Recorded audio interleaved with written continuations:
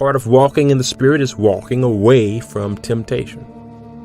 Well, did you know that the story of Joseph also demonstrates the importance of fleeing temptation? All right, let's recap. So Joseph's brothers got jealous of him because they knew he was gifted. They knew that God was with him. And they threw him in a pit and they sold him into slavery. But God was with Joseph, and his gifts and his talents were noticed by an Egyptian official named Potiphar. And he hired Joseph. Well, did you know that when Joseph worked for Potiphar, the wife of Potiphar tried to make sexual advances towards him? Please, you should not be here. Really? And not just once, but on multiple occasions. Okay, let's read this. Genesis 39. So Potiphar left everything he had in Joseph's care. With Joseph in charge, he did not concern himself with anything except for the food that he ate. Now, Joseph was well built and handsome. And after a while, his master's wife took notice of Joseph and said, "Come to bed with me." And he refused. And he said to her, "How could I do such a wicked thing and sin against God?" Wow. The reason Joseph did not sleep with her was because he did not want to sin against God. He chose righteousness. Now, if Joseph had given in to lust and slept with her, we don't know what would have happened in his story. If Potiphar found out that Joseph was sleeping with his wife, he might have had Joseph killed. Who knows? But so that he could follow God, Joseph chose to not accept her advances. He refused to follow his flesh. He didn't sleep with her. Let's continue. And though she spoke to Joseph day after day, he refused to go to bed with her or even be with her. Wow. He was so serious about his walk with God that he would try to avoid her altogether. One day, he went into the house to attend to his duties, and none of the household servants were inside. And she caught him by the cloak and said, "Come to bed with me." But he left his cloak in her hand and ran out of the house. So this time Joseph runs out of the house. This is the response that we have to sin.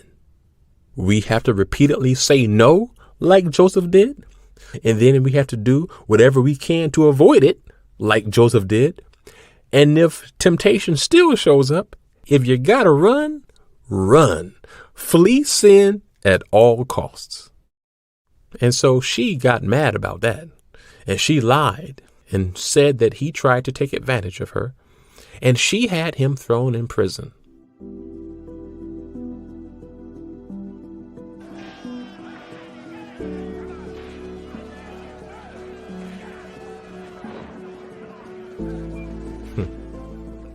But while there, what happened?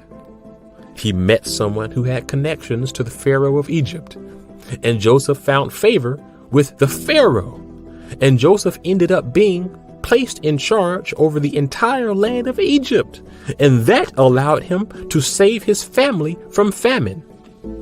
Now let me ask you this. What action allowed for Joseph to be placed in that position? His faithfulness to God.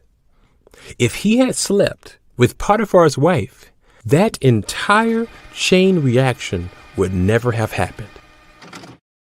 You see the importance of walking in the Spirit? Joseph had to deny his flesh. He had to be thrown in prison so that he could meet the Pharaoh and become a ruler in Egypt so that he could save his entire family. The point is, be faithful to God, because you never know how many lives will benefit from your faithfulness.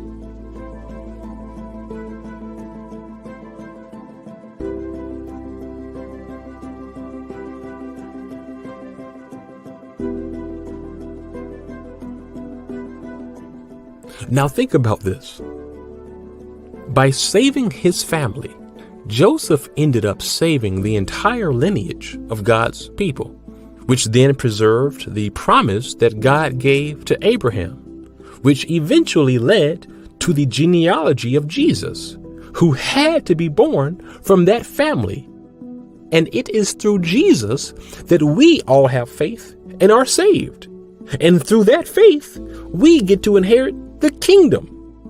And so all of that is an after effect of Joseph resisting the temptation of his flesh.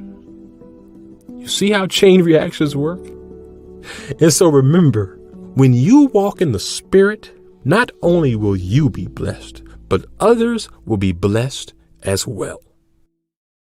And so by any means necessary, flee temptation, flee lust, flee sin, run like Joseph with everything you have, because there's too much on your timeline for you to lose.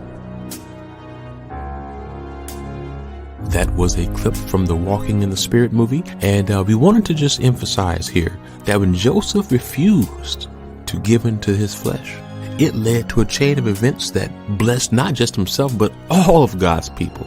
Sometimes God calls you to flee sin for a purpose bigger than yourself. Remain faithful. And that's why we shared this clip, because it really ties into a lot of what we're going to be covering in the Repentance movie. It's coming January 28th. Mark your calendars.